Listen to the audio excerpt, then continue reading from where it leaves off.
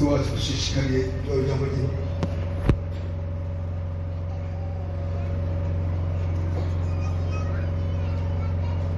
Yesu databuja nzomukorera umunsi w'ije zena mama z'urukundo rw'Imana maze mpejeje ibyo namukorera muri iyi si azonyemerera kuja mw'ijuru. Amaboko nyene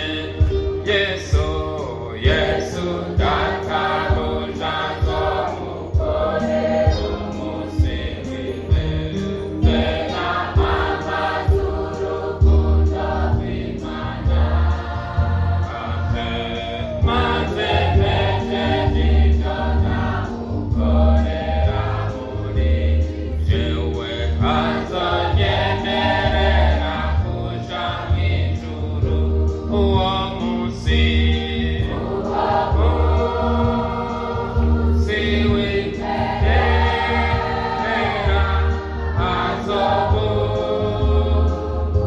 azobubikita igitabo canditse abakijije mu mazina yarijyanje ririmo. Uwo munsi w'iteka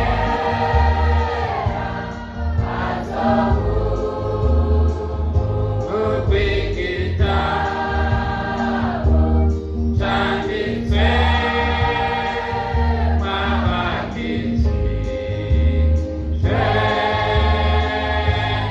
mu mazina yarijyanje ririmo. Mama baho umugisha mwese, mugire mugorora ibiganza byanyu, mugorora ibiganza byanyu ko ntiturambirwa. Natwe turongeye kubaramutsa tubagumbira mu rya zina ry'igiciro kinini kandi ridatituka, ni Kristo Yesu umwami n'umukiza wacu. Amazina y'abantu abarusha n'abahambaye aratituka, ariko izina rya Kristo Yesu rifise ububasha. Yesu ashimwe. None rero murakoze cyane kuduha kaze. Hanyuma abakozi b'Imana, ejo kumbure naratanze intasho batari hano n'ubundi ndazitanga. Twavuganye n'abantu bo mu gitondo baza mu masengesho canke muri burakeye, niho twavuganye barambikana intasho. Urumva baserukiye ishengero ryose n'abakozi b'Imana. Ego n'umufasha wanje andumvikanye intasho, tuzegeranirije hamwe muzakire mu izina rya Yesu. None rero reka dusome ijambo ry'Imana. Ijambo ry'Imana muri ca gitabo twasomamo ejo, twahereye mu gitabo c'imigani. Imigani niho twahereye, n'ubu niho tugiye guhera gusoma ijambo ry'Imana. Imigani ibice 4.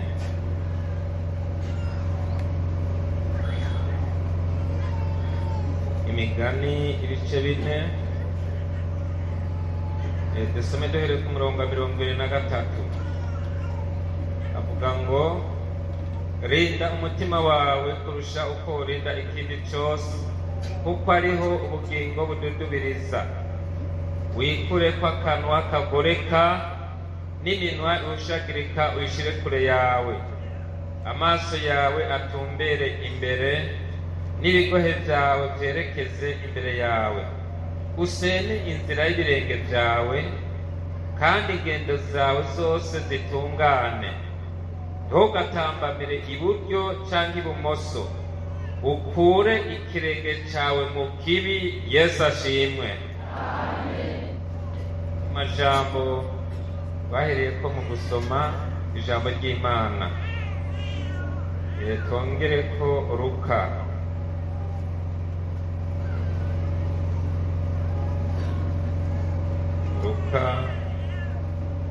ibice 17.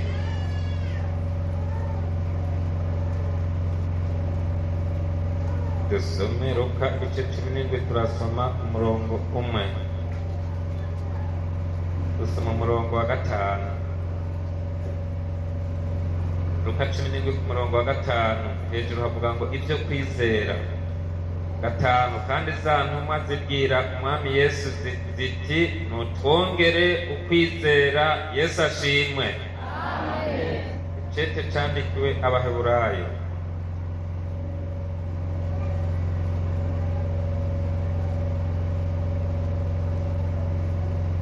Icete candikiwe Abaheburayo, ngomba dusome Bibiliya cane. Abaheburayo 10:12.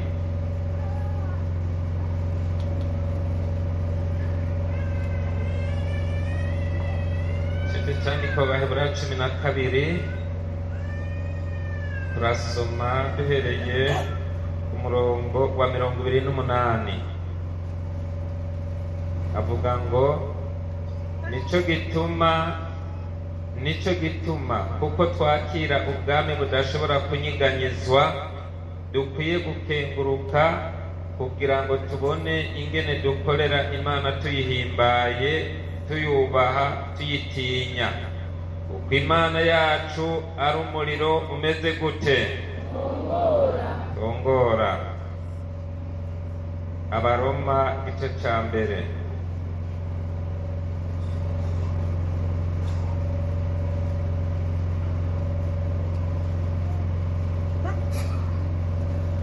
Igice ca mbere barasomye, ubundi dusubire dusome Baroma igice ca mbere duhere ku murongo wa 16. Avuga ngo kuko ubutumwa bwiza butantera isoni ari ubushobozi bw'Imana buzanira uwizera wese agakiza, uhereye ku Muyuda ukageza ku Mugiriki. Kuko muri bwo ariho ukugororoka kuva ku Mana guhishurwa, guheshwa no kwizera kukagwiza ukwizera, nk'uko vyanditswe umugororotsi azobeshwaho n'iki? No kwizera. Mwese Yesu abahe umugisha. Ego ejo twaravuganye ko turi kw'ijambo rivuga ko dukwiye kugira ukwizera, ko umukristo akwiye kugira ukwizera kutanyiganyizwa cyangwa kutanyiganyiga kudutera kunesha icyaha. Kugira ukwizera kutanyiganyiga kudutera kunesha icyaha. N'iryo jambo twavuganye ejo, n'ubu n'iryo jambo turiko. Twaravuganye twahereye muri kijya gitabo c'imigani, twabonye ko mu gitabo c'imigani cyanditswe n'abantu batandukanye. Barabonye Salomo yandika imigani 3,000. Barabonye undi yitwa Guri yanditse hafi imigani 30. Kumbure n'umundi yitwa Ramuweli nawe yandika hafi 30. Dusanga mugabo naho hariho n'abandi bavugisha banditse byinshi, abandi bakandika bike. Mugabo ibyo byose twasanga bose bakoreshwa n'Imana, bavuga kandi bagakoreshwa ibiva ku Mana. Yesu ashimwe cyane. Kandi ibyo byose bitugirira ikimazi.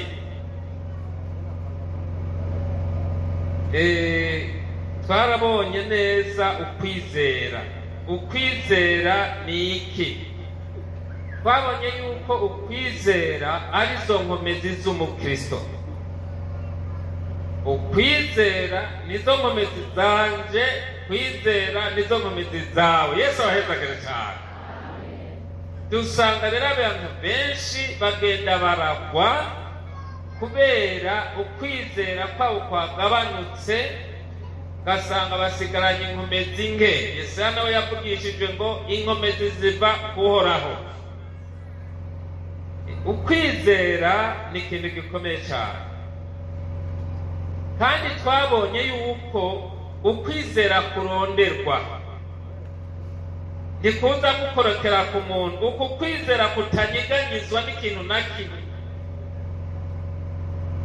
Kwizera kutanyeganyizwa n'ubukene, kwizera kutanyeganyizwa n'ubusambanyi. Twarabonye Yosefu kwa Potifari ko yari umusore ahagaze mu kwizera, yari yaramenywe n'Imana. Twavuze tuti si twe twamenye Imana, ariko niyo yatumenye itwiyumvira ko. Yosefu rero tubona muka Potifari umugore w'umutegetsi aza kumugerageza kugira ngo amukoreshe ibyaha, kuko muri urugendo turimo twasanze iyo umuntu agize intege nke, kwizera kubuze, no kuvuga Satani irashobora guca mu mugabo cyangwa igaca mu mugore cyangwa igaca mu mwigeme cyangwa igaca mu musore. Turabona kenshi abantu bavuga ko umugabo ari waterwa n'ibyifuzo cyane by'ubusambanyi, ariko kenshi usomye ijambo ry'Imana cyangwa ukagenda uraraba, turabona Karonaha kwa Potifari ko Satani yaciye muri ujya mukenyezi. Iyo umuntu rero agize intege nke, uwo ari we wese Satani aramucamo akamwitiza. Sinovuga ngo Yesu ashimwe, Yesu adufashe. Ari ibya Yesu ashimwe na Yesu adufashe. Si byose umuntu acagenda avuga ngo Yesu ashimwe ngo haleluya. Oya, baza kuraba ibyo bintu uvuge ngo Yesu ashimwe. Kuko twahawe ingabire, Paulo yavuze muri za ngabire 9 za Mpwemu Yera, yaravuze ko harimo ingabire yo gutandukanya ibihwana n'ibidahwana. Arongera aravugamo ingabire yo kumenya.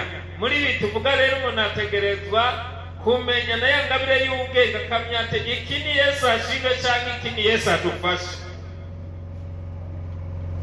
Nico bituma rero uko kwizera kutanyeganyizwa, twabonye yuko kudakorokera ku muntu biraronderwa. Kera umuntu igihe twiga mashuri mato mu Ngagara hariho umupadiri yari yarateretse ubwanwa bwagera yitwa Biraronderwa. Padiri Biraronderwa kandi yari umupadiri akaze cyane. Yari umupadiri akaze cyane. Ni ukuvuga rero n'iby'imuhemu by'Imana biraronderwa. Yesu abahezagire cyane. Uko kwizera rero tuvuze ko kudashobora gukorokera ku muntu, ariko arakurondera. Twaravuze Daniyeli amaze kumenya yuko hari icyandiko cyasinywe ko yuko umuntu atemera guhesha icyubahiro umwami iminsi 30, yuko umuntu atererwa mu rwobo rw'intambwe. Bashadura kabamesha Abedenego bo bari bashingiwe igishushanyo kugira ngo bagisenge. Daniyeli turabona ko iyo misore baciye baca imbere y'Imana. Bibiliya ivuga ngo yari imbere y'Imana apfukamira Imana gatatu ku munsi nk'uko yari asanzwe amenyereye. Ni ukuvuga ntibyari ibyigano kuri Daniyeli. Umukristo rero ategerezwa kumenyera kwama hafi y'Imana, kuko Imana ivuga ngo nimwanyegera nanjye nzobegera. Yesu abahezagire cyane. Muri uko kutwegera acaduha inkomezi, acaduha ukundi kwizera kudutera guhagarara neza mu bihe byose tugezemo. Ejo narabwiye umuntu nariko ndabwira ingene bamfashe hariya, basanze twicaye mu nzu bakamfata gutya, umuntu afata gutya mu izosi. Twari twagiye kuraba umukristo nyene urugaca adasanga ariho twicaye, aratwihweza ngo mwabagesera mwe ninde yababwiye kuza kunyicarira mu nzu. We mbona araje arantumbereye acamfata amfata guhaguruka ko ningo mwabagesera mwe mwigira bakizwa ko murabagesera bahagarara. Ndahagarara arambega aransohora cyahindukira abona uwo twari twicaye ari umuntu munini ngo kijya kigabo nakigene cyavyagare ngo ntiwahaguruka ku ntebe yawe. Arahaguruka njyewe nije yafashe arambega aransohora aranjyana no kwibara barakwire kenda hoshimara gesera mu nzu yanjye ninde yabahera. umuntu umwe narababwiye nariko ndashinga ntahabyumva kandi n'umuntu akuze mu ishengero azi ibihe birebire. Ukwizera rero gutuma dushingira intahe Kristo ntibiraba ngo ni ubunini, ntibiraba ngo umuntu afise byinshi canke yize byinshi canke oya, ni ukuvuga kugira ngo uhagarare neza uba warabisabye Imana, Imana ikabiba. Yesu ashimwe cyane ko yavuze ngo musabe muzogira gute, muzohawe. Yumvise nshinga intahe ambaza ko ari wa pasi ngo yaragufashe kabisa ngo ntiwamwikuye. Oya, ndamwikuraho naba nshatse kugwana.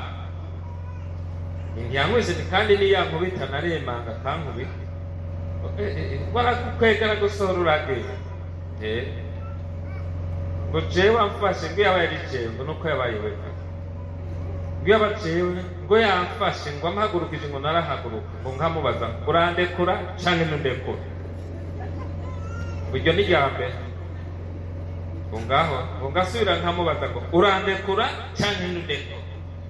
Ngo mvuze irya gatatu rero ngo byacakoya ngo ni wewe ngo nta kundi pasi. Okay, none nkawe we ngabo ntunyishuye. Je navuze ntigize kabiri n'ahandi baramfashe ndiko ndavuga ijambo ry'Imana. Nubwo arankwega mu abantu bari ko bumva ijambo ry'Imana, arankwega nk'uko yonjana emwe hirya hari kenda hose ndasubira kubona mu rugo rwawe. Mbega ariko ntunyishure ari we yagufashe guca akakudwega, uwo mwikura ukamwigutura canke vyogenda gute, ariko ntihagire uwo nyishure. Murakoze cyane. Turi ku ijambo rivuga ko umukristo akwiye kugira inkomezi zitanyiganyiga zidutera kunesha iki icyaha. Barabonye rero Daniyeli, tuvuze yuko bironderwa Daniyeli aje imbere y'Imana acarasenga Imana ayisaba kugira ngo ukwizera, tumvise ko ukwizera hano ngo agwize ukwizera.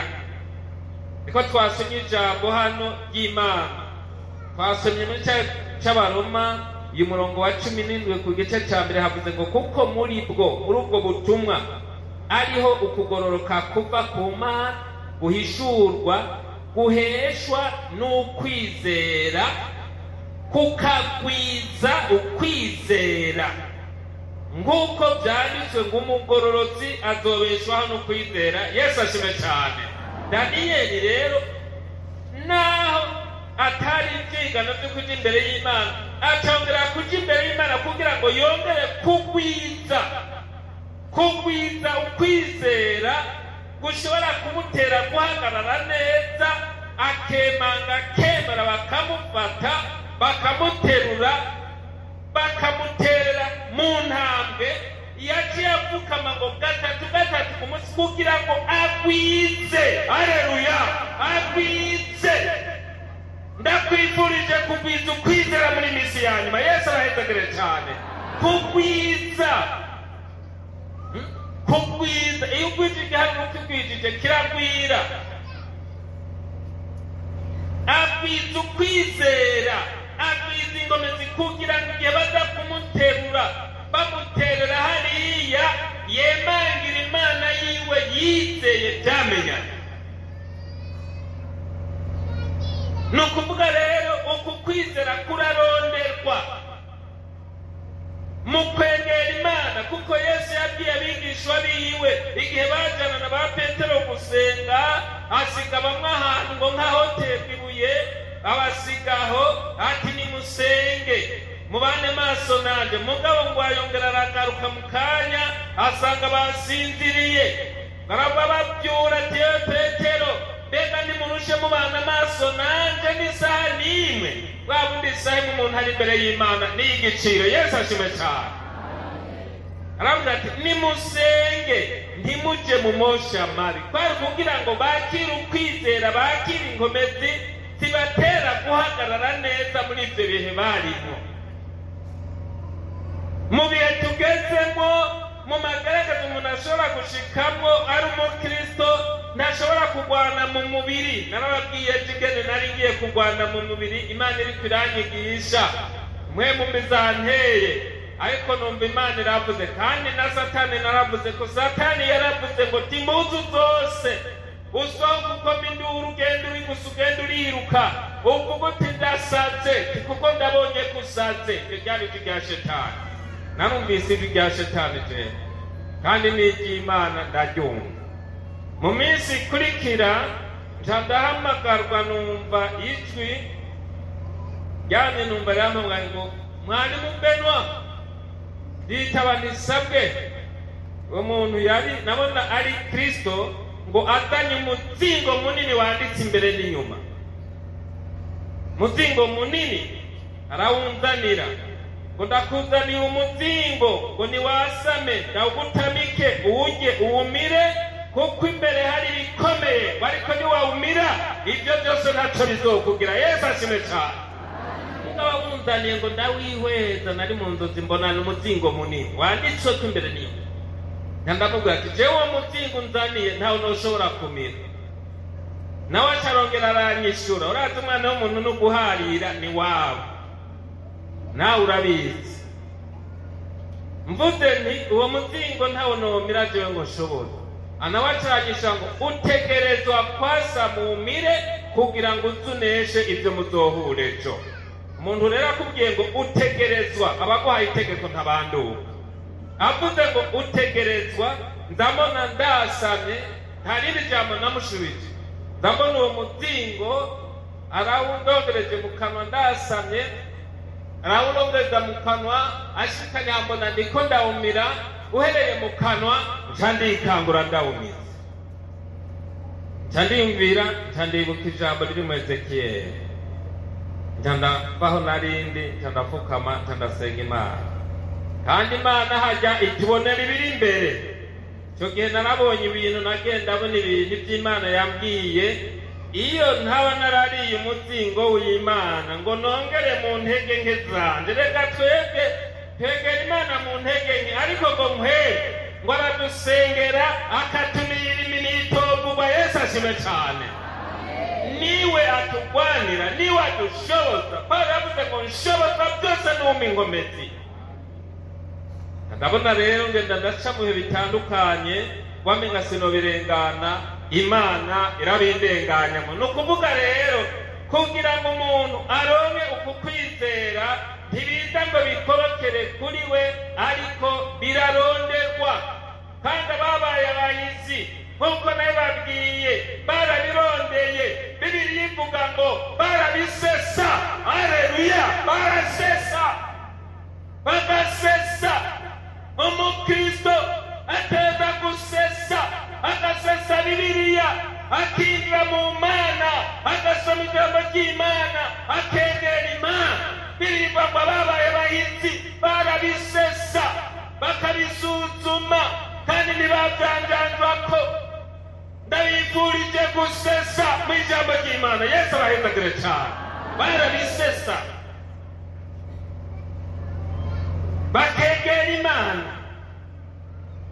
Uyu munsi umuntu azinduka yiruka kuba kwambere, kandi ni byiza kurondera, ni byiza kurondera. Mugabo ugasanga umuntu yarabuze umwanya wo kwegera Imana, bikamutera rero gukorokera mu byaha.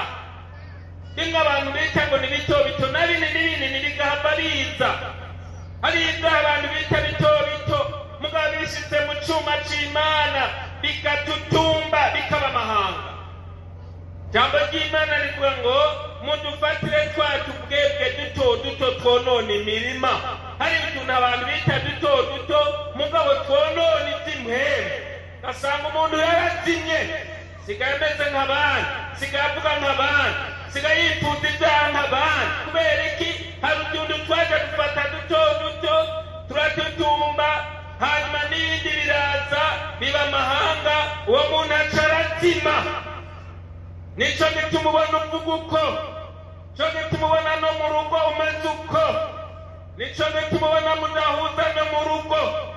Ubu mbere abantu benshi usanga badahuza no mu rugo, ugasanga umushinga ntahe kwizera kwaratakaye, ugasanga araganira n'abandi badamu bahari, agatwenga agateburana. Hajya umukristo nta mukristo ateburana. ubonye ukirimo impwemu yo guteburana urongera usenga Imana. Senga Imana. Uri umushinga nawe ugitebura abagore b'abandi, nawe ukaba umukenyezi bakagutebura bakagukora ugaca utwenga.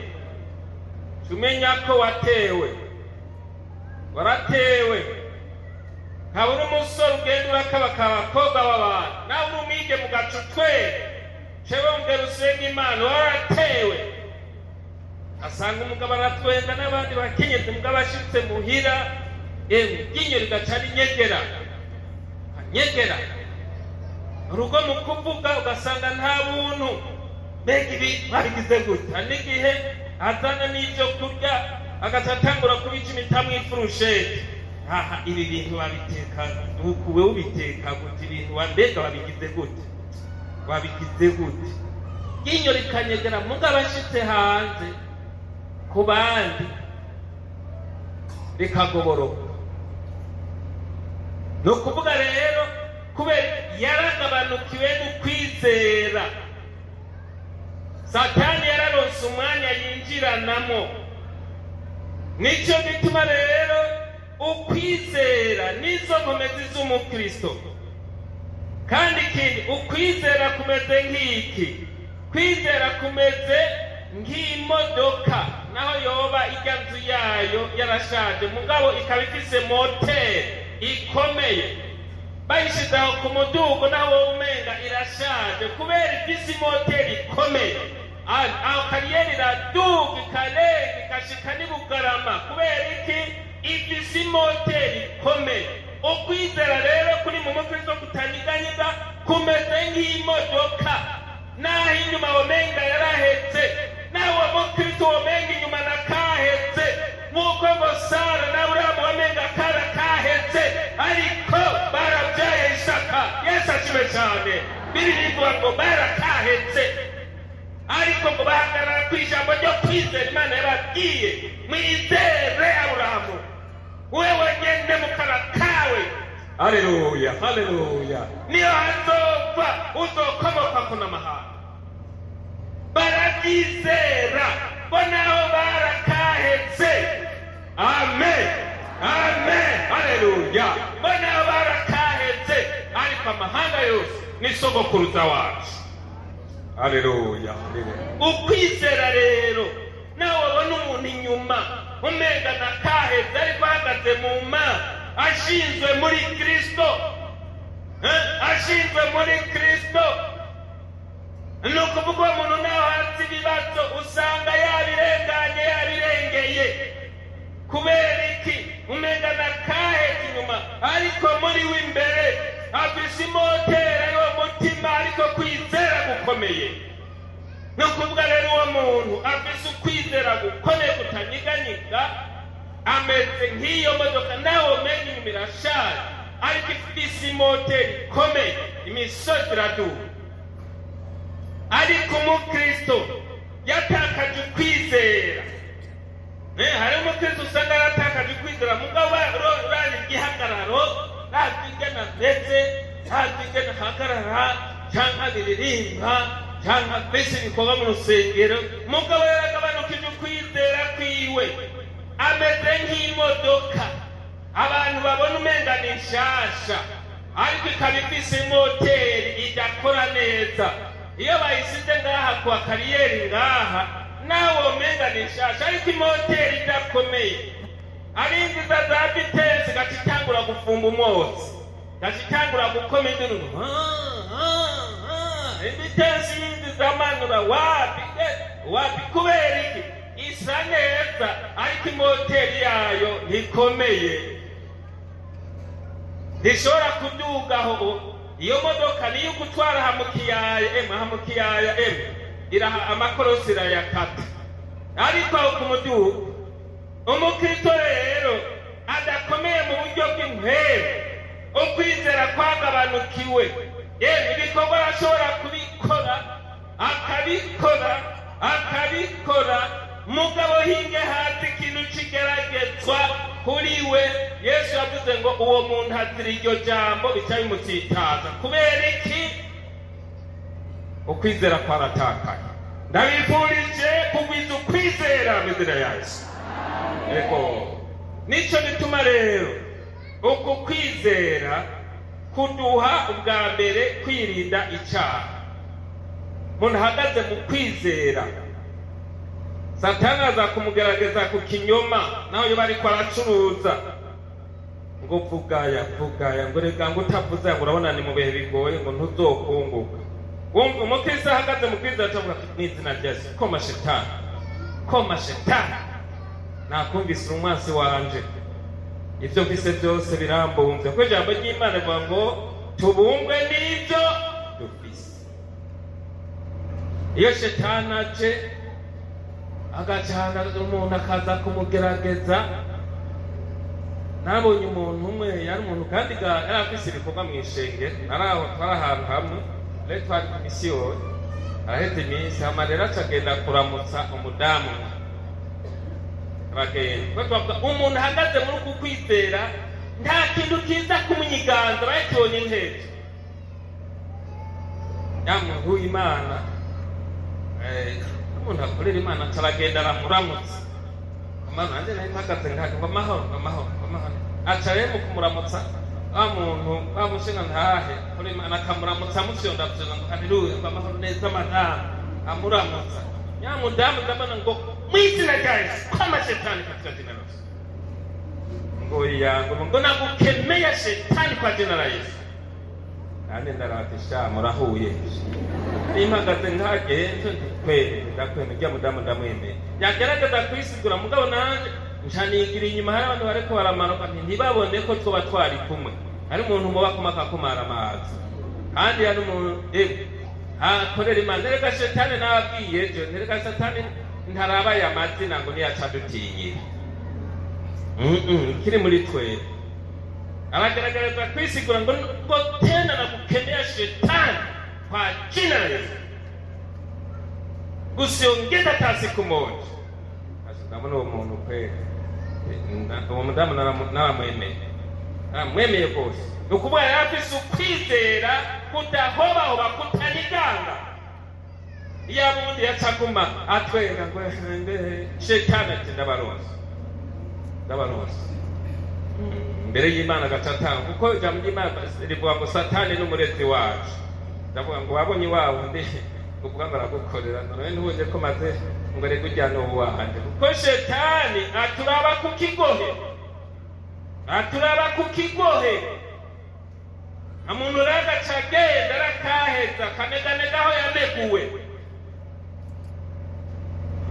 aho yaneguwe naranezerewe n'uwo mudamu n'ubundi acamwe kakanezerwa cyane. Yawundi yasatangura gutwenga shetani naye gatongera ikinjira muri uwo muntu w'Imana agashishikara kumurya inzara mu nda. Ibintu byo guteburana bijya biva ku mazi. Cyo gituma rero iyo umuntu ahagaze mu kwizera icya mbere tubize yuko kuduha kwirinda icyaha kandi ibyo bihera mu rugo, ntibiza kubonekera ngaha mu rusengero. Agakiza ntigaza kugahera hariya mu rugo nkakerekanirayo nkakerekana uwo twubakanye akabimenya, abana bakabimenya. Amina, haleluya, bakabimenya. None wenda uzi Yobu n'umukenyezi w'igihe aza kumuraba aravye ahari ku kikuburiro c'umunyota ngo mbega n'ubu uracyakomeje kwa kugoroka kwawe. Mukayobu yarazi ko Yobu umugabo wagororotse, uracyakomeje kwa kugororoka kwawe yarabizi. Nagomba ndakubwire wa mushinga ntahewe bimenyekane umugore wabanza amenye kukijije kugororoka. Apana ibyo ngaho wa mukenyezi we bimenyekane mu rugo umugabo amenye kukijije ugororoka. Mbega uracyakomeje kwa kugororoka kwawe, mbega ahantu mirango uracyakomeje kwa kugororoka kwawe gamushinga ntahe, uracyakomeje kwa kugoroka kwawe mukenyezi, uracyakomeje kwa kugoroka kwawe musore mwigeme. Umugore aramubaza mbega uracyakomeje kwa kugoroka kwawe n'ubu ndamuraya mageragezwa uracyakomeje kumutuka Imana upupe mugabo Yobu kuko yahagaze mu kwizera aravuga ngo none mu biganza by'Imana twokwama turonka ibyiza gusa none ibibi nabyo twobihane tubihende ngo ntiyigeze akoresha icyaha akanwa kiwe. Yesu abahezagere cyane. Ukwizera kutanyegazwa n'ikintu na kimwe. Ngiki ikintu abantu bariko barakena n'iki sigaye bafise ukwizera ko kurarariye. Haleluya, haleluya. Urakoze Mana. Mugabo hinge ejo bihinduke, Imana imuhindurire gatoyi. Ariko Gamana ngo ntuzi ko Gamana ngo uremera Gamana ko nosonze. Imana iremera ko tugerageza. Ijambo ry'Imana rivuga ngo icyo mwagawe gusa si ukumwizera gusa, ariko mwagawe no kubabazwa kubwiwe. Si ukumwizera gusa ngo mugumaho gusa, ariko no kugeragezwa no kubabazwa twarabihawe muri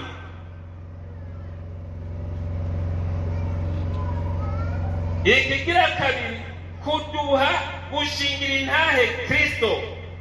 Ukwizera nako shika mu bihe bimeze gute, uko kwizera guteza kumba gushingira intahe Kristo umwami wanje yadugiye Golgota mu bihe bikwiye n'ibidakwiye. Umuntu agashingira intahe Imana, umuntu ntiyiyonjore. Tubise ngo ariko tweho ntirimo turaba mu biyonjorora abagabo, ariko turaba mu bizera ubugingo bwabo bugakizwa. Yesu ashimwe cyane. Ukwizera imani ya Mukristo, imani ndiyo nguvu za Mukristo. Kwizera nizo nkomezi z'Umukristo. Kabara cyane iyo mbonye Umukristo ashitse ahantu nko mu isoko, iyo umuntu amuhaye amahera bidahwanye ngo have ngo mbiri imbere y'ibyashara ngo genda ngo yango ngo gira inyuma ngo genda asanga Umukristo kwacuza mugabo burake iyo aho bye gatoyi buca buduga. Erega mu isi tugenda turahindurirwa hari umundi bariko baracuruza irya soko ntiyari bwashe muri ville, atabona uwundi muntu agiye kugurira uwundi. Yari Umukristo ntiyagurira uyo, aza kubaza uwundi atarihana. Amanyamukristo ngo yango ngwino kwa mwene data, ngo mwene data ngwino nyamuntu nawe bagiye gushorera, ngo nonaho umukwega nguramurorerera ngahiwa ngo ya ngo reka gushorera intakebwa ngo ngwino Nyamukristo nawe aravuga yabanza reka uyu ntiturananirana. Nejo muze mwibari kuracuza ukabona umuntu yatanguye kubaza umuntu, banza umureke bananirana, banza umureke reke gucugwa ngo ngwino ngo gute mwene data ngo n'amahoro ngo ngwino. Oya, reka kuko urabona Imana ntirobanura abantu ku butoni, yakiriza izuba abagororotsi n'abanyabyaha kandi igaburira abagororotsi n'abanyabyaha, igwishiriza imvura abizera n'abatizera. Uko iyi Mana yacu irobanura ku butoni. Yesu abahezagire cyane. Irobanura ku butoni. Rorera rero babanze bananiranwe, hanyuma rero ubone kumuha akazi. Hanyuma rero aca rero mu gusenga usanga ariko Gamana ngo by'ukuri ngo zijya ntakebwa ngo Mana baza baracuruza ngo natwe ubona Gamana ngo none nitugutangira ikigira cumi Gamana ngo by'ukuri Gamana ngo utampaye umugisha ngo niwe uzomaramara. Kandi hari abantu basenga nabi. Ninde yakubwiye ko Imana imaramara? Abantu basigaye basenga nabi. Umuntu umwe yari umukozi w'Imana, yaragwajije umwana we w'umwigeme yakunda cyane, aragwara aramugwaza aramujyana kwa muganga aramugira gute, mu munota wa nyuma umwana acarapfa. Nawe acaja impande rero nyamukozi w'Imana acarasenga ngo Mana ngo ndagomba ndakubaza ngo haleluya ngo Mana unyishure. Mu by'Imana birivuga ngo iby'Imana bikwiye kwitonderwa. Imana nishuhagiza haba nabo kandi Imana ijambo ry'Imana rivuga ngo nimushimire Uhoraho kuko ari mwiza, kuko yariritse abana b'imfura bo muri Egiputa bose. We wumva iyo Mana bashima yariritse abantu, we wumva imeze gute? Turazora ngo nimushimire uhoraho ngo yo yatumye ingabo za farawo zose zitwagwa mu kiyaga gitukura ngo nimushime uhoraho. Iyo mana bavuga ngo nimushime yariritse abantu, we wumva si imana umuntu apfa gufyondafyonda. Abanama imana ntigira ibintu by'ikiryohero. Oya abanama ibyo nagomba ndabikubwiye. Turasenga ngo mana ngo ndagomba kukubaza kuko ndagukorera, urazi ko n'amakuru segerma ngo unyishure. Imana hari igihe itevya canke igatebuza, hana nyene yamutebukirije ngo unyishure ngo uyu mwana wanje ngo urazi ko n'amakuru segerma, urazi gene nama ngukorera ngo yapfuye uri hehe gamana, ngo warihe ngo unyishure mana kandi uzigene ndagukorera. Arasenga nk'umwe yujujwe. Ahejeye gusenga size akantu kaje nko mu nzozi gatoya, azamva ngo ni jewe uhoraho imana y'abari mu isi bose n'abari mu ijuru, ngo aho umwana wanje Kristo Yesu yapfuye ndi ngo niho n'umwana wawe yapfuye ndi ngo niho nzokwama ibihe bidashira. Yesu adufashe cyane. Kiramwereka ko naho umwana wayo yapfuye iri n'uwiwe ariho yapfuye iri. Acha mbere yavuze ati naciye nihana kuko ni imana bayita nyamugira uko igomba. Nico bituma rero uyu muntu ahagaze mu kwizera atenda gushingira intahe Kristo mu bihe bikwiye n'ibidakwiye. Kandi ikindi kigira gatatu twovuga mu muri bike, uyu muntu ahagaze mu kwizera, uku kwizera kudushoboza kwitanga mu gukorera Imana. Dusoma ijambo ry'Imana tuje hano mu gitabo cy'Abaheburayo gatoyi. Abaheburayo tuje dusome ijambo ry'Imana turabe. Abaheburayo ibice 10 uze tuti uku kwizera kudushoboza kwitanga mu buryo bwo gukorera Imana. Abaheburayo 11 dusome ku murongo gusa umwe wa 17. Havuga ngo ukwizera niko kwatumye Aburahamu atanga Isaka kw'ikimazi hamwe yagezwa, mbere wari yarakiranye igishika amasezerano yari ko aratanga kw'ikimazi umwana wiwe w'ikinege. Yesu ashime cyane. Ndasiyo muyo murongo ukwizera, umva ryajambo ry'ukwizera. Ukwizera niko kwatumye Aburahamu atanga Isaka kw'ikimazi hamwe yagezwa, mbere wari yarakiranye igishika amasezerano yari ko aratanga kw'ikimazi umwana wiwe w'ikinege. No kuvuga kwizera kwashoboje Aburahamu gutanga umwana wiwe, kandi yari yamuhawe ari uyo nyene. Mugabo Aburahamu ariyumvira ntiyarinze no kugenda gusezera umugore wiwe Sara. Oya yihabana kuko yaza kumusezera bari guharira. Ijambo ry'Imana rivuga ngo ukwizera k'umuntu niko kuzotuma akiza ubugingo bwiwe. Yesu ashime cyane. Ukwizera k'umuntu si ukwizera kuri, si ukwizera kuri naho umuntu ariko arapapura ngo ingohani wacu ingohani. Oya, hagarara mu kwizera Imana wizeye, ureke amajwi yo hirya no hino, ariko uhangane n'uwaduze igorogota. Yesu ashime cyane. Haleluya. Waduze igorogota Aburahamu yemera kumutanga ari umwana w'ikinege. Ico ni ikibazo gikomeye. Umuntu ashobora kugera ahantu heza gigwa n'Imana, mugabo ugasanga umuntu aragize ingorane kugira ngo atange ikigira 10 biramugoye. Ariko Aburahamu muri uko kwizera aramugarurirwa ko Imana yabonye ahagaze mu kwizera.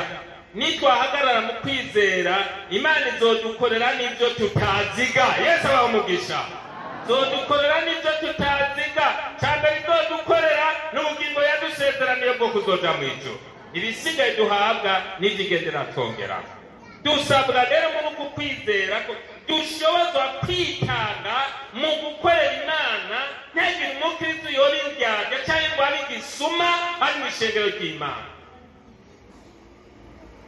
nicyo bituma kandi ikindi kandi kukwizera kurabyara. Uku kwizera kurabyara. Ukagira ukwizera kw'ingumba uzokwamugwa mu mitego ya Shetani. Ukwizera kurabyara. Dusome mu Barumi ibice 5. Kwizera kurabyara. Ukwizera kwacu kurahamye pe, gushinzwe kw'ijambo ry'Imana yacu, ntacyo dutinya dushikame gusa, twaronse ubuhungiro muri Yesu. Tuvuze tuti kandi uku kwizera kuri mu muntu yaba yegera Imana kurabyara, ni kuba ingumba kurabyara. Abaroma 5 rero nyene ndamjamaja havuga ngo ibiva muki kwa kwizera rero kurabyara. Urumva ibiva mu kwizera, ibyo kwizera kubyara.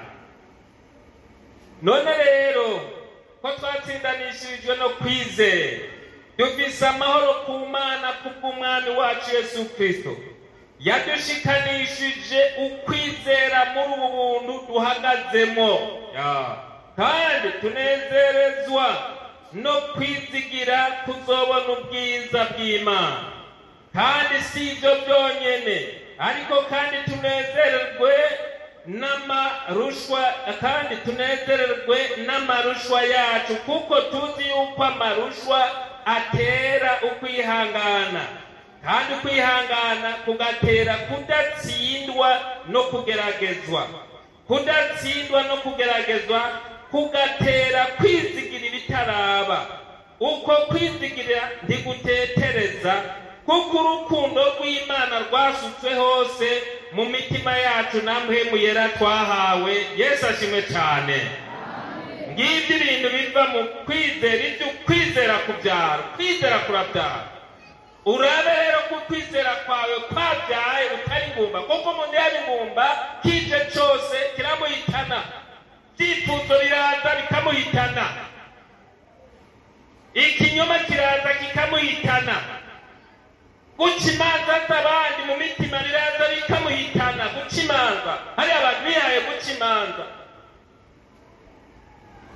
kugenda uravugavuga amajambo utari umumenyesha amakuru biraguhitana, kubera ukwizera kwawe kuba kwarabaye ingumba. Tubonye rero icya mbere, uku kwizera kubyara n'amahoro. Uyu mukristo yahagaze mu kwizera agira amahoro. Haleluya, haleluya, agira amahoro. Amahoro atangwa na Yesu wacu, ntagira akagero ntahazoshira. Yamahumuriza abayafise, nutayata ntaho woyakurwaho. Icyambere uko kwizera kubyara n'amahoro mu mukristo. Naho yoba n'ibintu bibuza amahoro, araza gatoya itagomba kumubuza amahoro agaca birengera. Ejo twaravuganye ku ijambo rivuga ngo kwitonda k'umuntu kumutera guteba kuraka, kandi icyubahiro cyiwe ni ukwirengagiza ibyo yacumuweko. N'uwo muntu yafashe abantu bafashe mu gahogo, sinaciye ngenda agatima rikaba, ahubwo naciye mvuga nti urakoze Mana, ujya muntu ko yabonye tutahaririye urazomugendera Mana, uramugendera Mana, ujya muntu ni mwiza. Ariko bijya byose biva kuri Shetani, ariko mu minsi heze yaciye apfa atihaye. Ikigira kabiri ni umunezero. Uyu mukristo ahagaze mu kwizera, umunezero bihera mu rugo rwiwe. Ntaza kunezerwa ndiko ndasigura cyangwa ndiko ndaririmba, oya, bihera mu rugo, mu babanyi, hari ukorera bakabona ko muri wewe wahomba utahomba ufise umunezero ukomoka ku Mana, utava ku bintu. Ibintu turonka birahera kandi bizosigara, ariko umuntu akagwanira akarondera uyu munezero wo mu Mana. Paulo yavuze yavuze ngo mwame munezerewe ngo ndabivuze ubugira kandi nimunezerwe ngo amahoro y'Imana abe muri mwebwe. Ikigira gatatu kibyarwa no kukwizera no kuzobona ubwiza bw'Imana. Umuntu yama afise ibyizigiro muri naho hati ibintu bigoye bwabwo ati naho biruko ibyizigiro byanje birimo. Amina, haleluya. Ikigira kane anezerwa n'amarushwa. Niko twasomye ijambo ry'Imana hano ngo kandi ku murongo wa gatatu ngo kandi si ibyo byonyene ngo ariko kandi tunezererwe n'amarushwa yacu. Yesu ashimwe kandi ashimwe yongera ashimwe. Ni ukuvuga uku kwizera kurabyara amarushwa. Umuntu akaja mu ishure ry'Imana, ibyo twaravuganye ishure ry'Imana, umuntu akaja mu wa mbere w'ishure ry'Imana ry'amageragezwa akongera kunguruzwa. Yunguruzwa ryari igihe abyihanganira, igihe ahagaze muri kwa kwizera arunguruzwa, akaja mu wa kabiri akunguruzwa, akirinda kudubura muri uko kwiga kw'Imana. Yesu abahezagire cyane. Uku kwizera kurabyara amarushwa. Paulo yavuze ngo iki mu Bifilipi, usomye mu gice cya mbere ku murongo wa 29 yavuze ngo iki. Paulo mu gice cya mbere ku murongo wa 29 yavuze ngo mu gice cya mbere mu Bifilipi umurongo wa 29 ngo kuko icyo mwagabiwe ku bwa Kristo atari kumwizera gusa, ariko mwagabiwe no kubabazwa kubwiwe muri ya ntambara mwambonanye kandi iyo munyumvana. Yesu ashimwe cyane. Kuvuga rero ukwizera mu Mukristo gutegerezwa kubyara, kurabyara. Igihe abaye ingumba, kwizera kwabaye ingumba, yamatsindwa akantu kose kaje karamutsinda. Umwigeme igihe ahagaze muri uku kwizera ntaraba imyaka, oya, kwa kwizera kwiwe kuramubwira ati ndabona Sara, ndabona nde bari bageze mu zabukuru, acangara muri kwa kwizera. Iyo myaka ndayihagararako kuko Imana mu gukora ndihagarara mu myaka. Yaba umusore ateza kugira ukwizera kugira ngo shetani ntamutegere mu myaka, akamana ishimwe, akitega inyishu y'Imana yiziva. No kuvuga n'uyu muntu ku kwizera kwe kwabyaye. Ariko iyo kwabaye ingumba araraba shetani tuca. Urabona imyaka umaze wa mukobwa, shetani gatumwereka abandi bakobwa agurunga ngo uriya byaye kanka, uriya ntabyaye gatatu, uriya ntabyaye kabiri, uriya none wewe none aho turiyankisha pumucikira, none ntuzoza abandi ntibama barabakira. Yewe uzokwishinga ngo ibyo gukizwa naka ntuzi ko yagarutse, naka ntuzi ko yagarutse. Umuntu umwe mu bice by'ihirya yararongoye korari, arakoragira imyaka myinshi, hama rero acabona umuhunga Satani ramusuka, kandi yarakijwe mugabo kubera imyaka ukwizera kurakoroka. We nubona wewe hariho umuhungu yaguma amubaza ati none wewe ndiwoza ntibazo gerageza bakatwakira. Jewe nubona ko nabuze uburyo ngo bazotwakira nta ngorane. Hageze rero nyamukobwa bitatu yamwinjiramo, hanyuma ataragenda kwa mwarimu mu gitondo, kandi yagenda nkeje. Ashyize kwa mwarimu aramuramutsa ngo mwarimu narinje kugusezera, waruje kunsezera ngo gombuje ngo ejo nzogenda ku mugabo. Nandi yamubwiye uko nyene ngo ejo nzogenda. Mwarimu aragerageza kuko abakozi b'Imana hano aragerageza hano ngo mwana wanje itonde nyamwigeme acagira ukuboko imbere ya mwana ngo mushire ngaho mugabo, ngo ushaka ugombaga mwarimu ngo usanga ugomba ko ntagenda ngo ngo mutereka aha ndamubone. Mwarimu aragerageza nyamukobwa arataha. Bukeye rero ku munsi wo kugenda mu gitondo aragaruka ngo mwarimu narinje kugusezera ngo ku mugoroba ndaza kugenda. Mwarimu aragerageza arongera aramuhanura impanuro zose z'abakozi b'Imana, aramuhanura acarongera ngo ejo sinakubwiye ngo mushira aha ngo muzane mwari ngo mutereke aha ngo ndamubone ngo ntahonja ngo ariko ukabona utamunshirira ngo reka ngo abagabo batangwa n'Imana mukobwa wanje tekereza Imana irako ngoya ngo Imana banabereye ngaha ngo none ntiyambona ngo ntibigeze aha mbona ngo nirimbona ngo iraza kubibuza sinshiki. Amarera agarutse saa sita yaje nka saa sita cyangwa saa saba ngo rero mwana ngo bahayi hasi ndiko ndabatweza kweri kandi byagenze uko nyine n'akamarampaka we wumva byari byo gutweza aho ni n'akamarampaka kwizera kwiwe kwari kwamaze gukoroka. Imyaka yiwe yarahagaze ko yari imaze gukoroka. Ageze ku mugoroba mu gahwiri urazi bagenda mu gahwiri aragenda arashika muri urwo rugo nabo mu rugo ntibabimenye byari bangagiwe n'uyo muhungu nyene mugabo base ba nyina n'abandi ntibamenye kuko yagiye kuza atebera mu kayira barazana n'abahengera basinzire baca barinjira mu nzu bararyama haguma hageze nka saa 9 umukobwa arikangura atangura rero kugenda kunyiganza umuhungu ngo amuganirize ngo none ngo hewe ibi bya sheri ntibyari bwatangure kwamamara ubu hantu hose ni sheri bigire biri mu mutima ngo none kamwene data ngo urumva yumva umuhungu ntakakazi ngo none kamwene yabumva agire guca aze kuraba asanga umuhungu yumye imyaka yarumye tiyari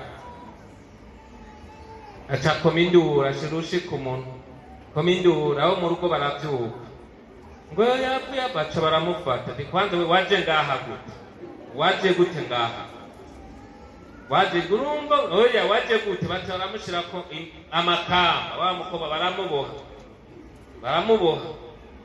abantu baca barasakambuka buraca bari ngaha bagenda ati twebwe umuhungu yarahakomeye mugabo ntituzi ingene yaje tumisa ko minduru Imana irakuduhayesha waje kumuniga kutuniga baca baramufata ubutegetsi buraza baca baramujana arasamba aramara iminsi mugabo mu nyuma barapima bararaba ati ibyo byose umuhungu ategereza kuba yarafise ingwara nta kundi haheze iminsi uwo mukobwa baramurikura aca asubira iwabo haheze iminsi niho abantu bagati n'ubundi sha naho biruko subira ku rusengero nta kundi asubirana ku rusengero imaramara ati wewe ntubona haheze iminsi niho babona na mwana ati wese nari naraguhanuye gamukobwa. Urumva rero umukiza ateza kugira ukwizera kutaniganyizwa n'ibihe ariko ahagarara neza kutaniganyizwa n'abantu kandi ikindi no kugira ntuze wubake ku bantu urazonkunda ntuzunyubakeko kuko ushobora gukunda umuntu ukamwubakako ejo niyagwa akagira intege nke nawe azogutwara zocugwa mu ntege ngo naje ndamukurikiye akiruka agasohoka mu ishengero akaja hahandi mu matete nawe uzoca usohoka ngo ndamukurikiye ntuze wubake ku muntu urubaka kuri umwe yatudugira igorogota. Yesu abahezagire cyane. uriya aba ari wo twubaka koko. Nicyo bituma rero ikigira gatanu kivuga ngo kwizera kurabyara kwihangana. Umukristo ateza kuba afise ukwihangana mu bihe byose mu buryo bwose. Bibiliya ngo mwarumvise ukwihangana kwa Yobu yatubereye akarorero. Ikigira gatandatu uko kwizera kurabyara kudatsindwa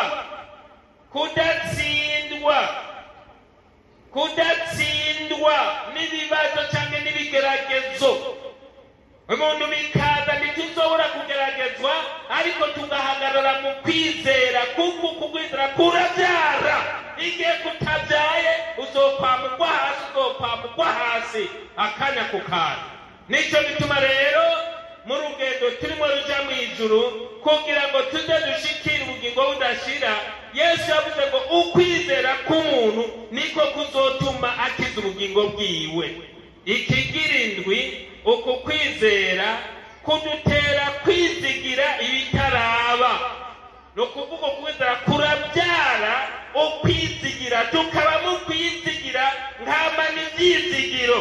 Mwizigire mumumvire cyane, niho muronkamwo akaneza kenshi. Uku kwizera kurabyara ibyizigiro, tukizigira ibitaraba tukagira ibyizigiro. Twagomba tugarukirize ngaho muri uku kwizera, raba ko kwabyaye muri wewe cyangwa kwabaye ingumba cyangwa kwamutsindwa. Bongeruze hano kugira ngo bagusengere. Mwese mwumvise amajambo y'Imana. Imana ibahezagire cyane. Amen. Haleluya. Tugomba gusenga Imana yo mw'ijuru. Senga Imana yo mw'ijuru. Kwizera kwarabyaye muri wewe. Ibi bintu biri muri wewe ga wa mushinga ntahewe, nawe kwiyumya ni iby'ukuri biri muri wewe. Uko kwizera kwarabyaye muri wewe cyangwa uri ngumba, kuko abantu kenshi hari igihe biyumya mbega uko kwizera kwarabyaye kwitanga mu gukorera Imana, cyangwa hari igihe wama wirengagiza iby'Imana ukiraba ukikunda. Yesu yavuze ngo ugomba kumurikira niyiyanke. Twagomba dusengera umuntu yaba yikunda no mu bikorwa by'Imana no mu gukorera Imana, akitwa umusuma. Uhagarara aho uri tugusengera, hagarara aho uri tugusengera, hagarara aho uri tugusengera. Tugomba gusenga Imana. Umuntu wese yumva hari ikintu kimutsinda, nuba yapfukamye hariya, renguka hano bagusengere, renguka hano, nimuze hano, nimuze. Yesu arahamagara ngo nimuze kuri jewe mwese abarushe n'abaremerewe. Abantu barushe bumva babaye ingumba muri uku kwizera, Imana irabatumiye mwongere mutunganye ibyo bintu byama bibatsinda kugira ngo muhagarare nk'abariko baraja mu ijuru. Tugomba dusenga Imana. Aya majambo ntazokwirirwa aravuga ibihe byose, hari igihe bizohagarara, ikintu twumva kizobandanya no kuririmba. Ariko nagomba ndababwire, aya majambo si amajambo amwe bandika ibimenyesha amakuru, oya yabanamba. Aya si amajambo muri bimwe bandika, n'amajambo y'Imana, kandi yizera ntazotsindwa n'urubanza namba. Ariko jambo ry'Imana rwazohabwa ubugingo budashira. Haleluya, budashira.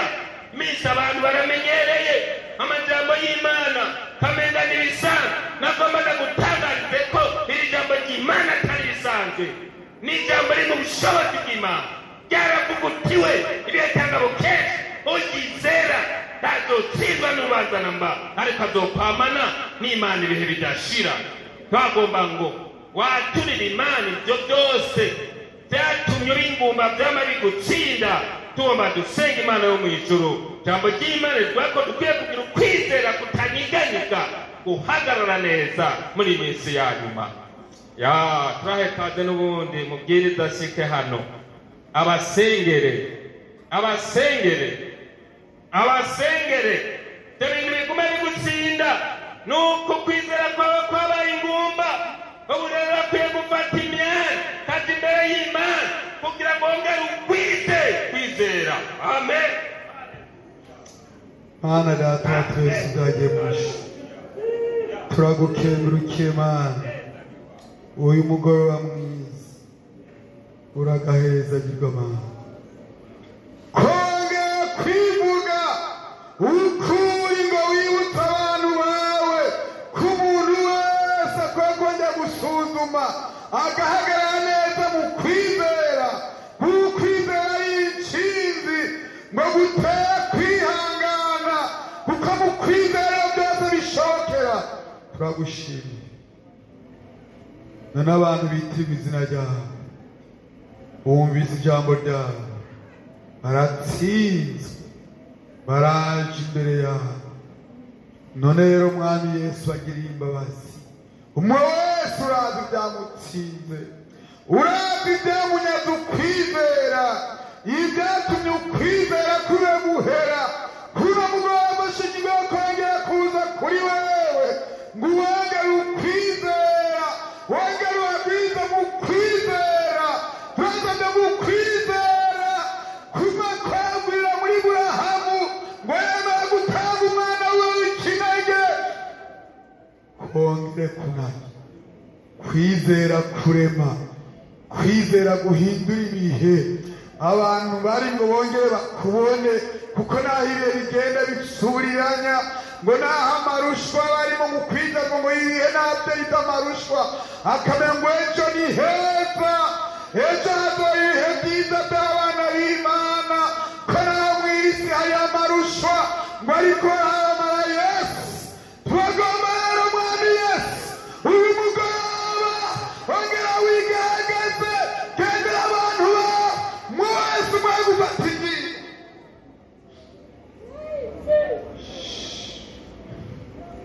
Erega abigisha barakubwiye ngo twongere ukwizera, twongere ukwizera muri iyi minsi ya nyuma, kuko abantu kwizera kuriko kurahera kubera ibihe, kubera ibibazo, kubera intambara, kubera amarwara, kubera ubukene. Ibyo byose ntacyo bitwaye, ukwizazwa inyuma ya buno buzima kuzotwicarika mu ijuru, tuzohanagurwa amarira.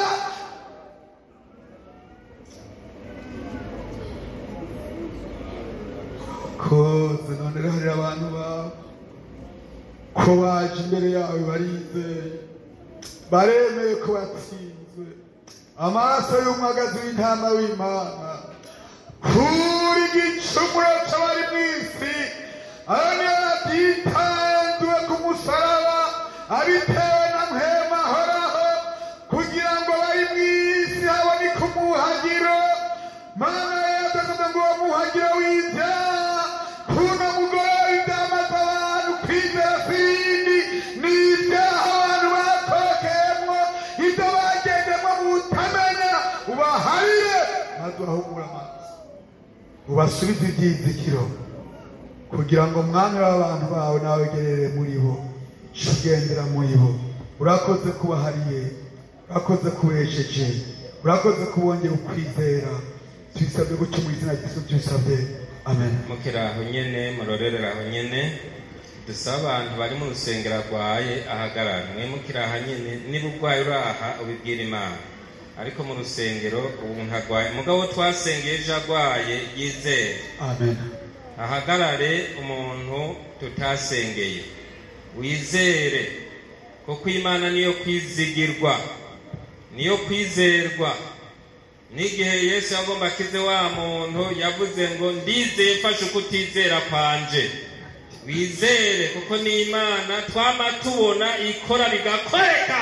Haleluya, irakora.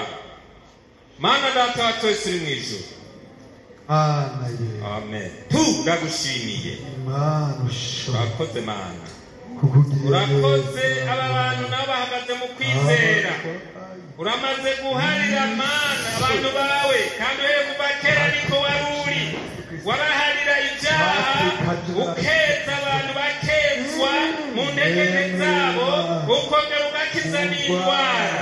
Turabasengeye nk'uko wavuze ngo muzorambika ibiganza ku bagwayi bakire. Hariho abarwaye indwara zitandukanye, ariko muri wewe byose birashoboka. Turabasengeye, turimuje ibitero by'indwara mu buryo bwose, mu izina rya Yesu Kristo. Mu mavuriro bariyo Mana, mu ngo za benshi bariyo Mana, n'aba bahagaze hano Mana, turabasengeye. Wavuze ngo ibyo mugomba byose menyesha Imana mu gusenga no mu kwinginga.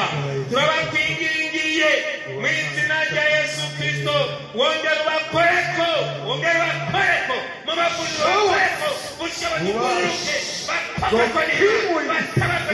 turi mu gitero cyo kwinyegeteza muri bo indwara iyo ari yo yose. Mu mavuriro hashike Mana, mu ngo za benshi abatagira shinge na rugero, turabasengeye Mana ngo bashike ko bitege gutabarwa n'Imana. Urakoze Mana, ugukiza kwawe n'ugutabara kwawe ni kuva mu gushimika kw'abantu, ariko kuva muri bwa buntu bwawe Mana. Muri ubwo buntu rero bitege gutabarwa n'Imana. Natwe tubasenge twizeye mu izina rya Kristo Yesu Mwami n'Umukiza wacu, amen. Mwese muti amena, amen. mujana kwizera, kandi mugende musenge Imana, mwongere mugwize ukwizera.